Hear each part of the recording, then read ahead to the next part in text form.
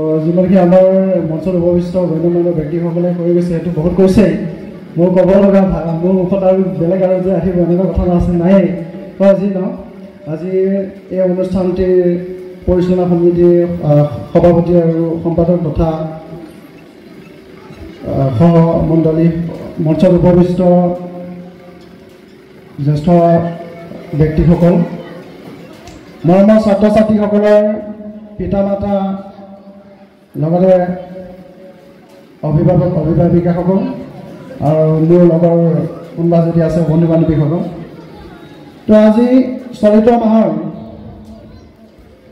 যি আমাৰ গ্ৰীষ্মকালীন শিবিৰ হিচাপে হওক বা গ্ৰীষ্মকালীন শিবিৰ বুলিয়ে কওঁ, এই সময়ছোৱাত আমাৰ গাঁও এইখন গাঁৱৰ গৰৈমাৰী গাঁৱৰ বা ওচৰ পাঁজৰৰ পৰা আহি পেলাই হওক, যি আমাৰ ডেকা ডেকীসকলে শিক্ষিত যুৱক যুৱতীসকলে LPৰ পৰা ME লৈ যিখিনি ছাত্ৰ ছাত্ৰীক পাঠদান কৰিলে, এইটো বহুত শলাগ ল'বলগীয়া কথা এটা আহি পৰে। সমাজ সেৱাৰ নামত আমি এক উপযুক্ত ভূমিকা পালন কৰাৰ দৰে হৈছে এইটো। লগতে সমাজ সংস্কাৰ বুলি পেলাই আমি ইয়াক ক'ব পাৰোঁ। তো এই যে আমাৰ চলিত মাহটোত ইমানখিনি আমাৰ ডেকা ডেকীসকলে কাম আগবঢ়ালে, শিক্ষাদান দিলে আৰু তাকো বিনামূলীয়া শিক্ষা। এই শিক্ষাত বিদ্যায়তনিক আৰু সহবিদ্যায়তনিক দুটা বিদ্যা ইয়াত পৰিছে। আৰু যিটো অনুষ্ঠান আজি হ'বলৈ গৈ আছে, এইটো অনুষ্ঠানো কিন্তু সহবিদ্যায়তনিকত পৰে।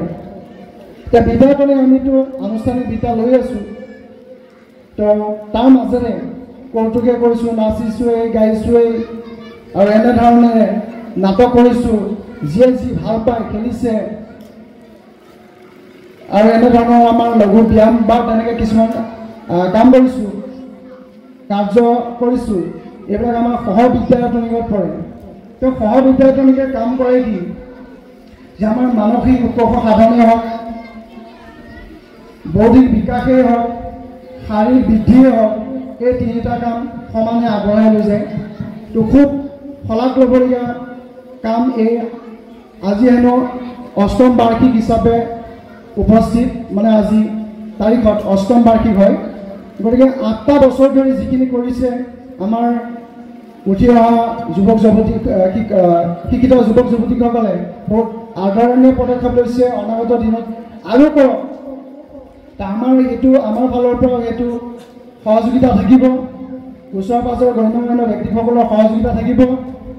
ধৰা ধৰিকৈ হাত ধৰা ধৰিকৈ নগ'লে কোনো ক'তো আগবাঢ়িব নোৱাৰে। গতিকে আমি আশা কৰিম চবৰে এটা সহযোগ ৰাখক। এই যে মই অলপ আগতে কৈছিলোঁ যে আমি সমাজ সেৱা এটা আগবাঢ়িছে আমাৰ ডেকা ডেকীসকলে, আৰু লগতে সংস্কাৰ বুলি পেলাই শব্দটো মই প্ৰয়োগ কৰিছিলোঁ। তাৰ লগতে মই সংস্কাৰ শব্দটোৰ লগতে সংগতি ৰাখি সংস্কাৰী শব্দ এটা আনিব বিচাৰিছোঁ।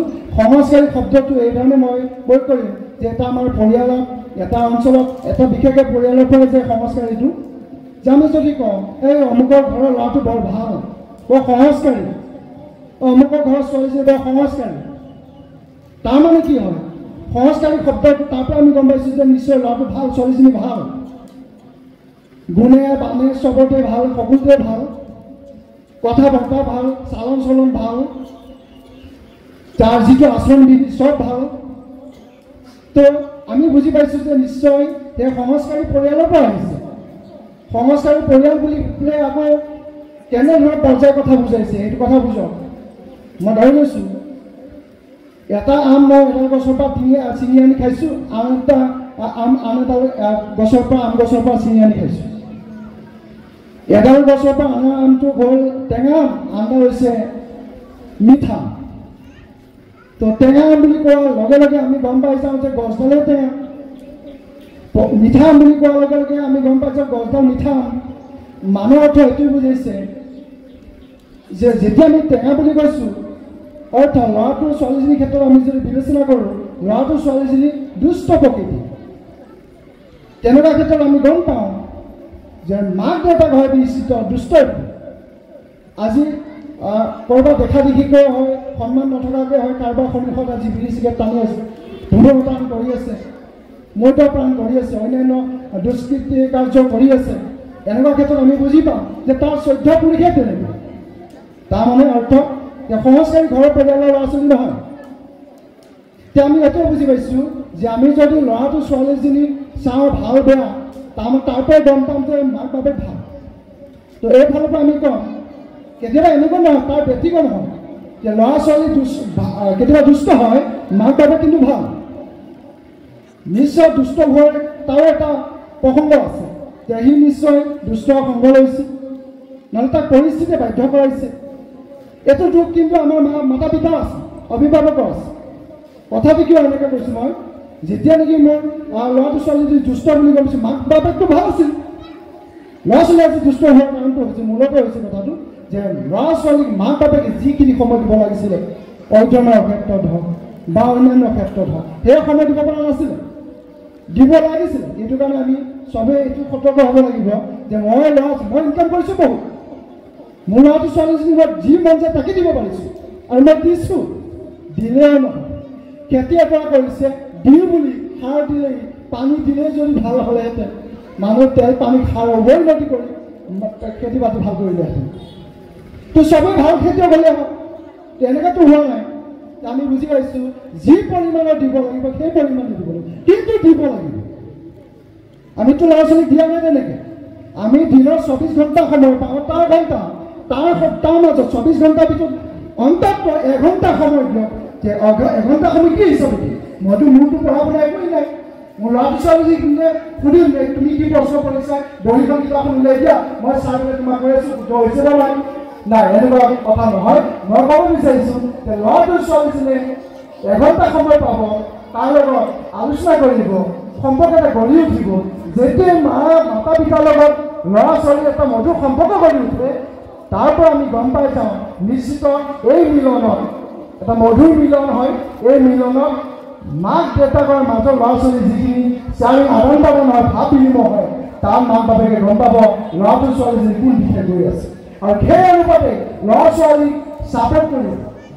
আৰু আমি এইটো বিচাৰিম যে মাতা পিতাই ল'ৰা ছোৱালীক অলপ সময় দিবই লাগিব। তেনেকৈ আমাৰ টকা পইচা আছে, আমি ল'ৰা ছোৱালীক উভৈনদী কৰি দিম, এনেকুৱা বিধৰ মই ক'ব বিচাৰোঁ।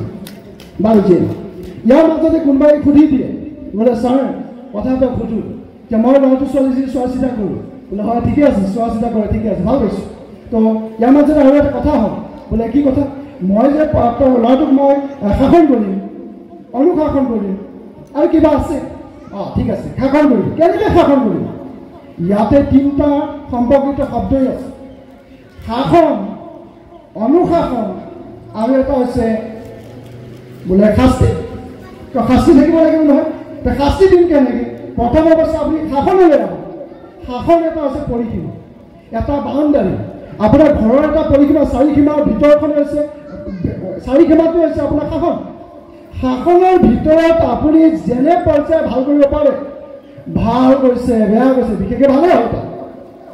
নৈতিকতা থাকিব, নিয়মবদ্ধতা থাকিব, শৃংখলাবদ্ধতা থাকিব, আৰু আধ্যাত্মিকতা থাকিব। যি ধৰণে ল'ৰাটো ছোৱালীজনীক ডাঙৰ দীঘল কৰিব পাৰে, সেইটো হৈছে অনুশাসন। শাসনৰ মাজত অনুশাসন থাকিব। বোলে ছাৰ এতিয়া আমি বুজি নাপালে শাস্তি ক'ত দিম? মই শাসনতো শাস্তি নোসোমালে, ঠিক আছে, আছে। শাসনৰ বাউণ্ডাৰীটোৰ ভিতৰতে অনুশাসন আছে, অনুশাসনৰ মাজতেই আমি গম নোপোৱাকৈ এটা শাস্তি আছে। শাস্তিটো কেনেকৈ আমি বুজি পোৱা নাই, ঠিক আছে। মই কৈ আছোঁ যে শাস্তিটো এনেকৈ আপুনি দিয়ক যে মই ধৰি লৈছোঁ এটা খেতি, এডৰা মাটি খেতি কৰিছোঁ, বাউণ্ডাৰী মাজত মাৰিছোঁ, ঠিকেই। বাউণ্ডাৰী কেনেকৈ মাৰিছোঁ? জেৰেৰে মাৰিছোঁ, ৱাল বেলেগ আমি ৱালেৰে উঠাই সাজি মাৰিছোঁ, মাৰি থাকোঁ। তাত যে মই খেতিডৰা কৰিলোঁ, গৰু মই দানৱে নাখাবৰ কাৰণে মই যে খেতিডৰা কৰিলোঁ, কেতিয়াবা আপুনি দেখিছে ভাল খেতিয়ক, মই ভাবিছোঁ এনেকুৱা এটা খেতি কৰক যে তাত কলম দিব পাৰি। কলম দিয়া শব্দটো আমি জানো, যি কলম না হাইব্ৰিডেশ্যনৰ কথা কয়, আমি খেতিডৰা ভাল কৰিব লাগিব, কলম দিয়া গছ হয়, উদ্ভিদ হয়, ইয়াৰ পৰা ভাল ফলবোৰ পাব পাৰোঁ। এতিয়া কওক, আমি এটা উপযুক্ত সময়তে সেই গছডালত কলম দিব লাগে। সেই উপযুক্ত সময়টো ক'ত?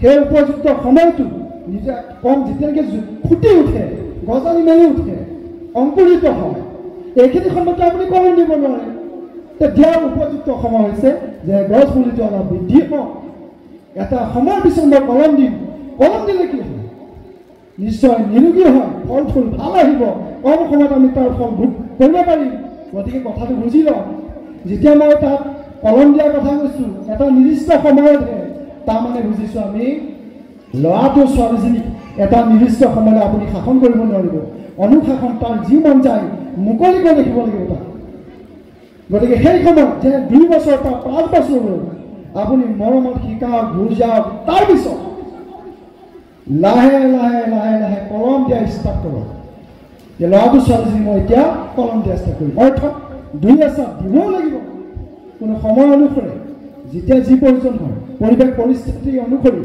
যেনে মই মাৰি দিলোঁ মানুহৰ আগতে 100 মোৰ ল'ৰাটোতো বেলেগ ধৰণৰ এটা পদক্ষেপ লৈ যাব গতিকে এনেকুৱা যাতে পৰিৱেশ পৰিস্থিতি ওপৰত নিৰ্ভৰ কৰি ল'ৰাটোক মই কি ধৰণে শাসন ৰাখি অনুশাসনেৰে তাক পানিছমেণ্ট দিম শাস্তি প্ৰদান কৰিম তাক ভাবি চিন্তি কৰিব লাগিব ইয়াতে মই সেইটো কাৰণে কৈছোঁ এতিয়া মই শাস্তি কত 2 বছৰ বা 5 বছৰ নাই নাই নাই মই কৈছোঁ এইখিনি সময় নিদিব 5 বছৰৰ পিছত লাহে লাহে অলপ ৰঙা চকু দেখাব তাৰপিছত এটা পৰ্যায় আহিব যে ইয়াক 2 এচাট মই চিকনিৰে হওক বা কোনো এটা ভয় ভীতিৰে হওক অলপ দেখাব লাগিব যেতিয়া 9-10 বছৰ ভৰি দিব এচাট দুচাট দিব লাগিব যেতিয়া আপোনাৰ 13-14 বছৰ হ'ব তেতিয়া সেইখিনি মুহূৰ্তত আপুনি এনেকুৱা শাস্তি দিব নোৱাৰে যে ল'ৰাটো ছোৱালী বেলেগ পন্থা এটা অৱলম্বন কৰে কিয় সেইখিনি সময়তো লগৰ সময় বেছি হৈ যায় ইয়ে ক'ব তোমাক যদি এনেকৈ বিশ্বাস কৰে এনেকৈ শাস্তি দিয়ে তুমি মোৰ লগতে পলাই যোৱা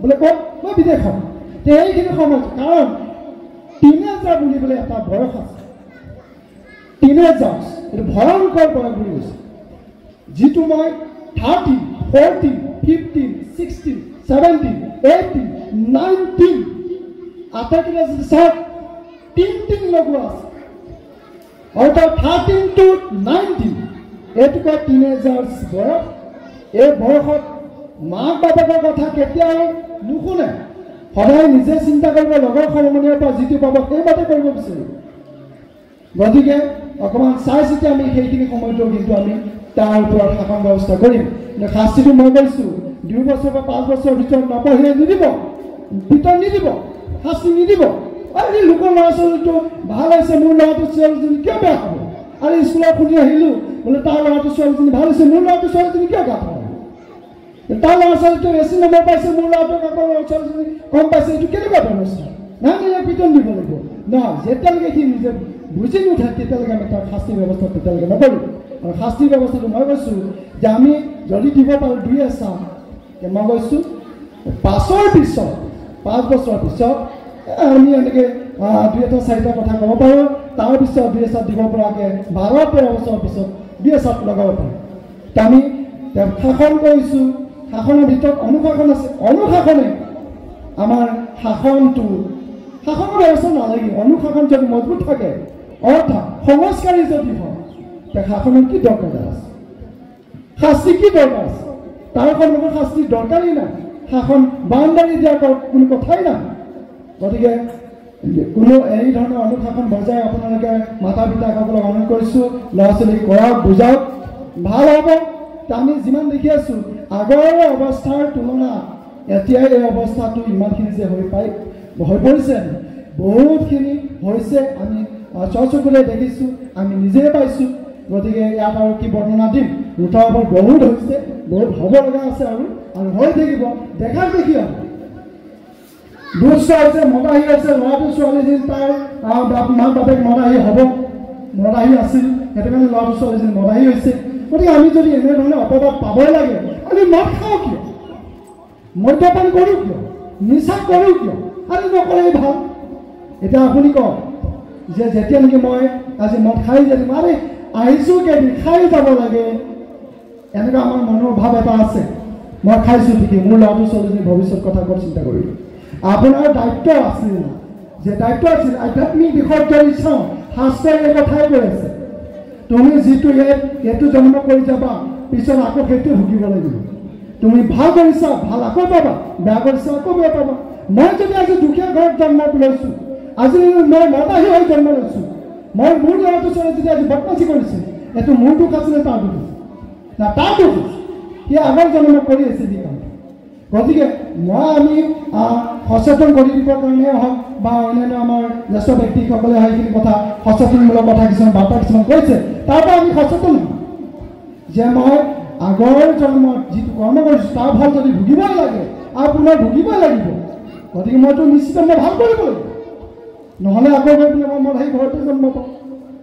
গতিকে মই অনুৰোধ কৰিছোঁ এনেকুৱা পৰিৱেশ পৰিস্থিতিৰ পৰা আমি আঁতৰি থাকি আমাৰ এইখিনি মই কলম দিয়া কথাটো কৈছিলোঁ যে তাত মোৰ ল'ৰাটো ছোৱালীজনী ভালকৈ হোৱাৰ কথাটো কৈছিলোঁ। কলম যেতিয়াই দিয়া যায়, কলম দিয়াৰ পিছতে তাৰ পৰা উৎপন্ন হোৱা পুলিও ভাল হয়,